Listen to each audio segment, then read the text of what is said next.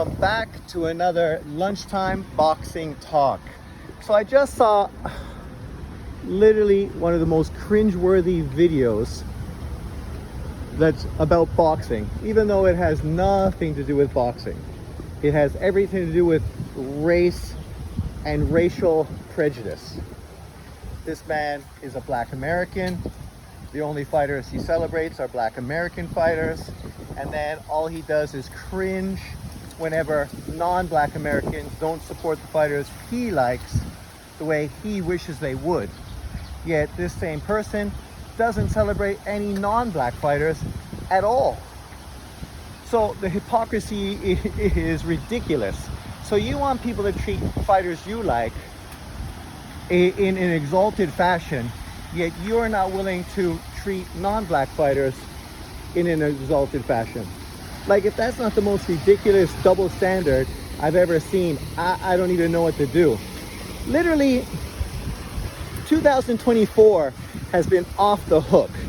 We've had so many great announcements, so many great impeding fights that are coming forward on the boxing schedule. May, June, and July are fucking literally off the hook. Off the hook.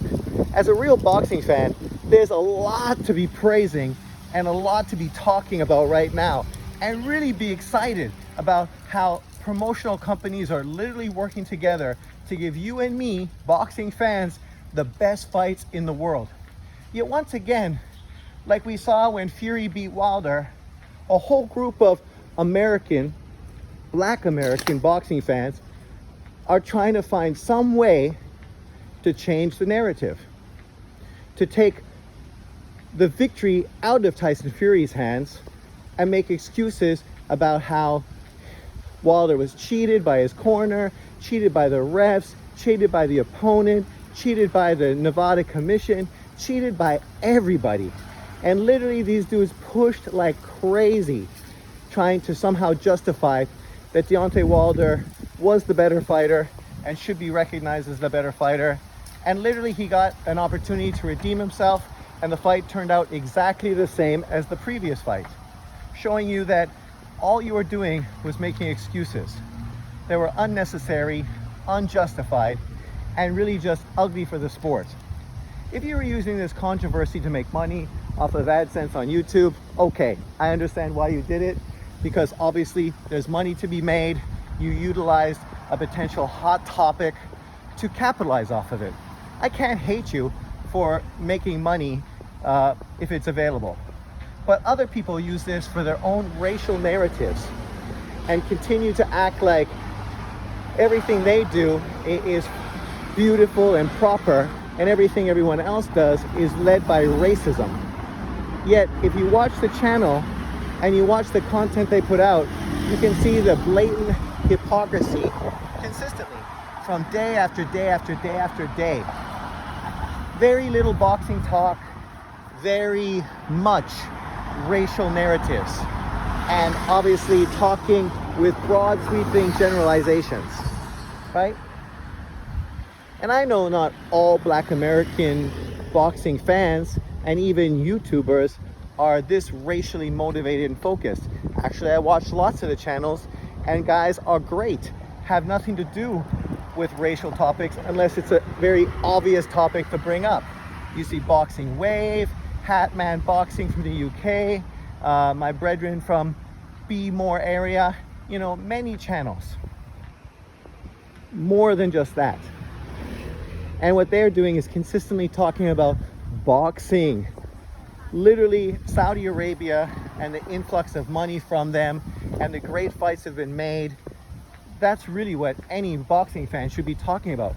This guy literally goes out of his way to discredit any non-Black fighter as pound for pound number one, to put Bud Crawford as the exalted pound for pound number one guy who inherited after Andre Ward, who inherited after Floyd Mayweather.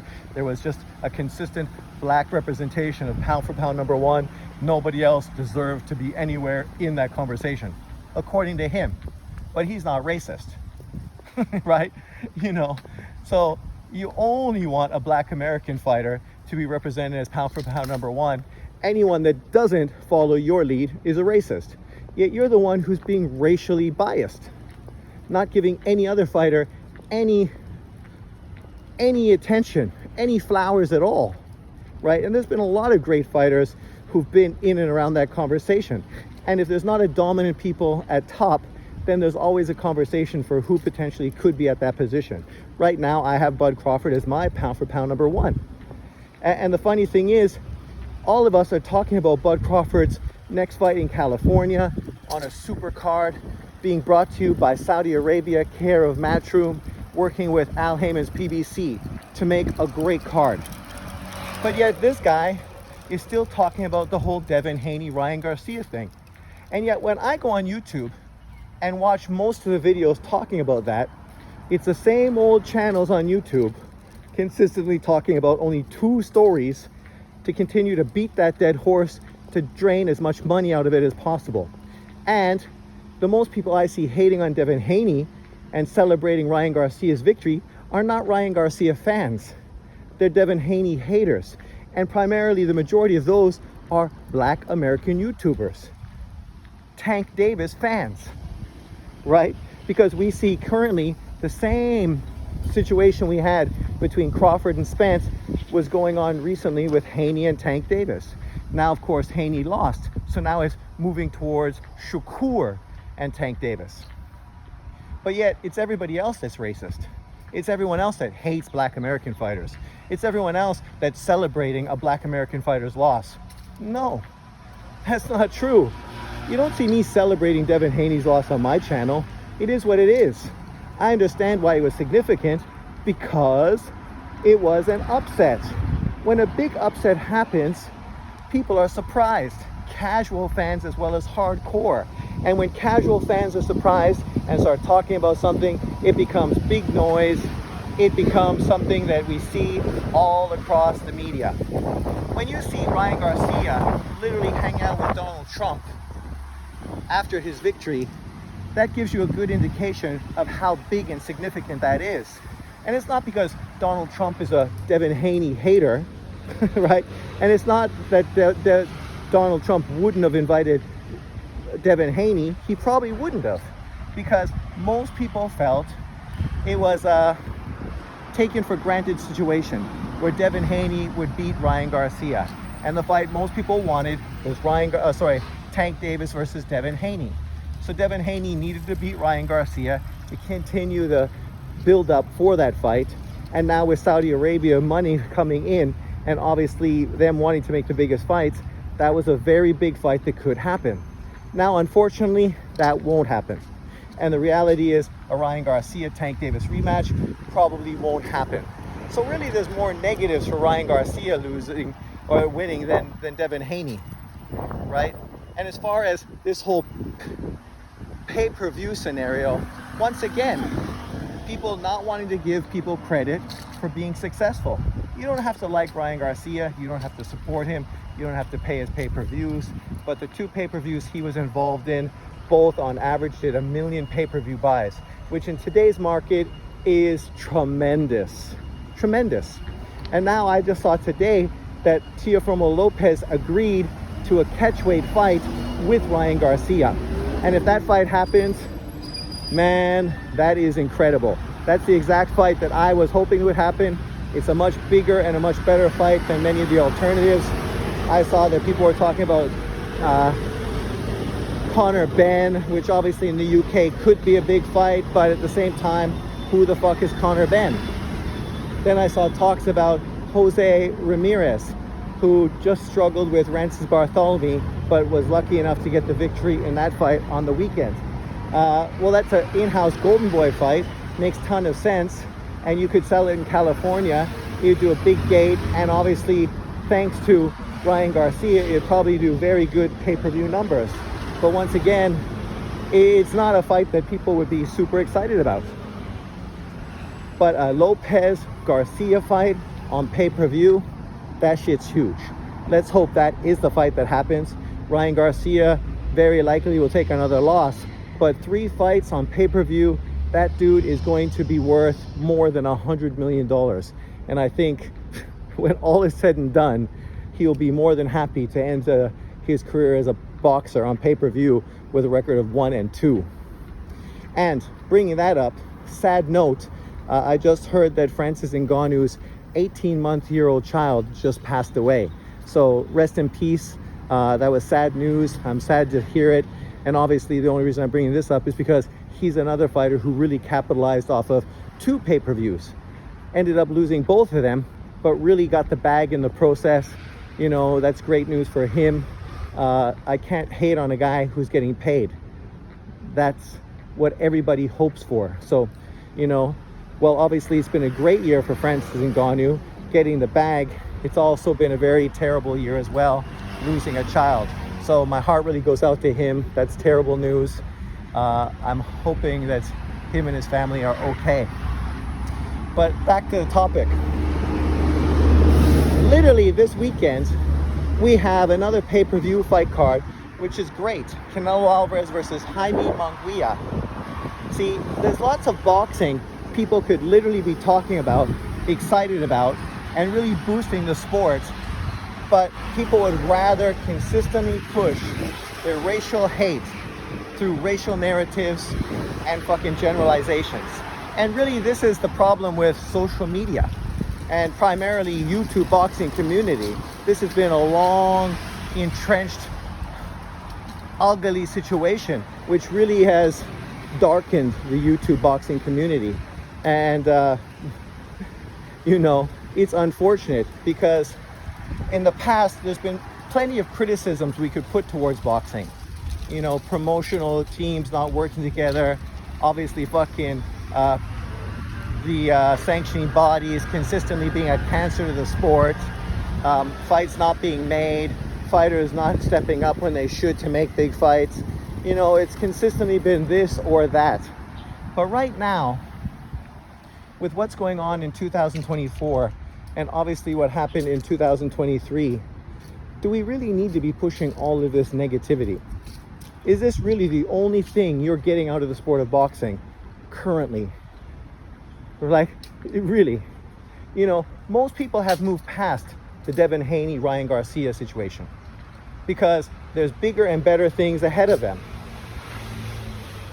The reason fighters like Wilder and Haney have got hate from some people is because of the radical fan bases that perpetuated these fighters as superstars, faces of boxing, and pound for pound kings, and consistently ridiculed and hated anyone that had a different opinion than them, even if that opinion was based on fact.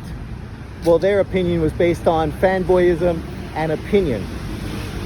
So once their opinion was, or their narrative was smashed to bits, people celebrated it because they knew all along that this was what was going to happen. And when it happened, it just verified everything that they'd been telling people for years. And now somehow this is racial. Yet we see the same thing done when Canelo Alvarez got beat. We saw the same thing done when Lomachenko got beat. Literally, channels were all over the place, trolling me like crazy, trolling every channel when Lopez beat Lomachenko. But somehow people want to make this a one-way direction conversation, acting like it's everybody but us. Everybody else is racist, but not us, right? Yet consistently, you can see that this is happening consistent from everybody towards everybody.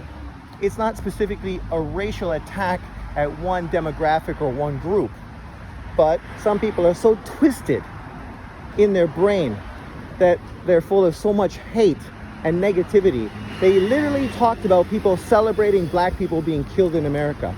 Yet, I have never seen any YouTube boxing channel celebrate black people being killed in America. Literally.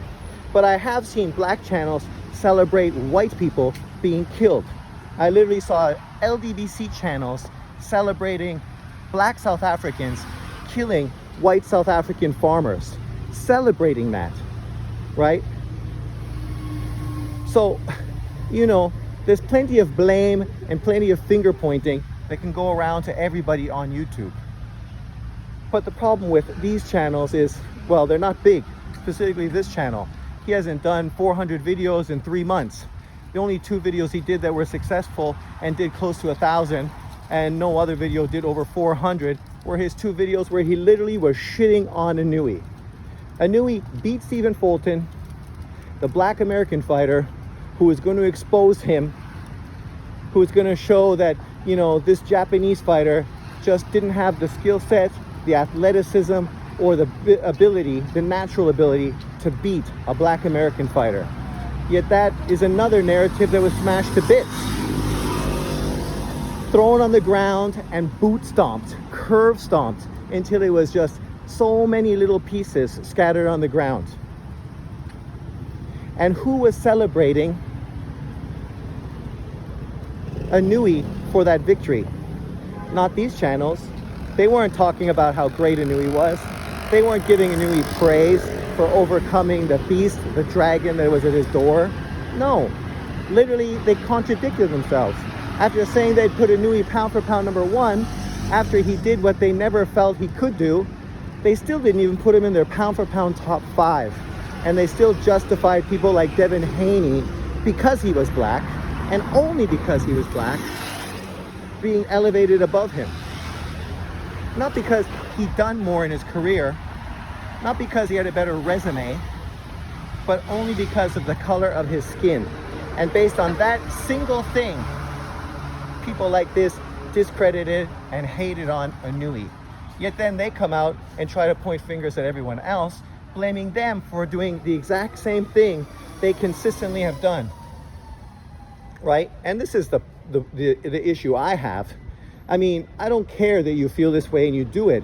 It's just the reversal that you consistently play, the victimhood mentality that consistently is showcased on channels like this, always blaming everybody else. Yet consistently when you watch these channels, you can see the disdain, the hate, and the negativity that consistently comes from these channels. But yet it's everybody else. It's not them. They're not at fault. Black American boxing fans are the solution. They could solve all ill wills in American boxing. So buy a fucking pay-per-view. Support a Black American fighter financially through his pay-per-views. That way, Terrence Crawford would be a superstar. He would be putting up huge pay-per-view numbers, and you could easily justify him being the face of boxing. But because you're not putting your money where your mouth is, he's not getting the support from his own people. Actually, just the opposite. He's being criticized and fucking hated on consistently by his own people. But yet, then we have to blame other people. It's other people's fault.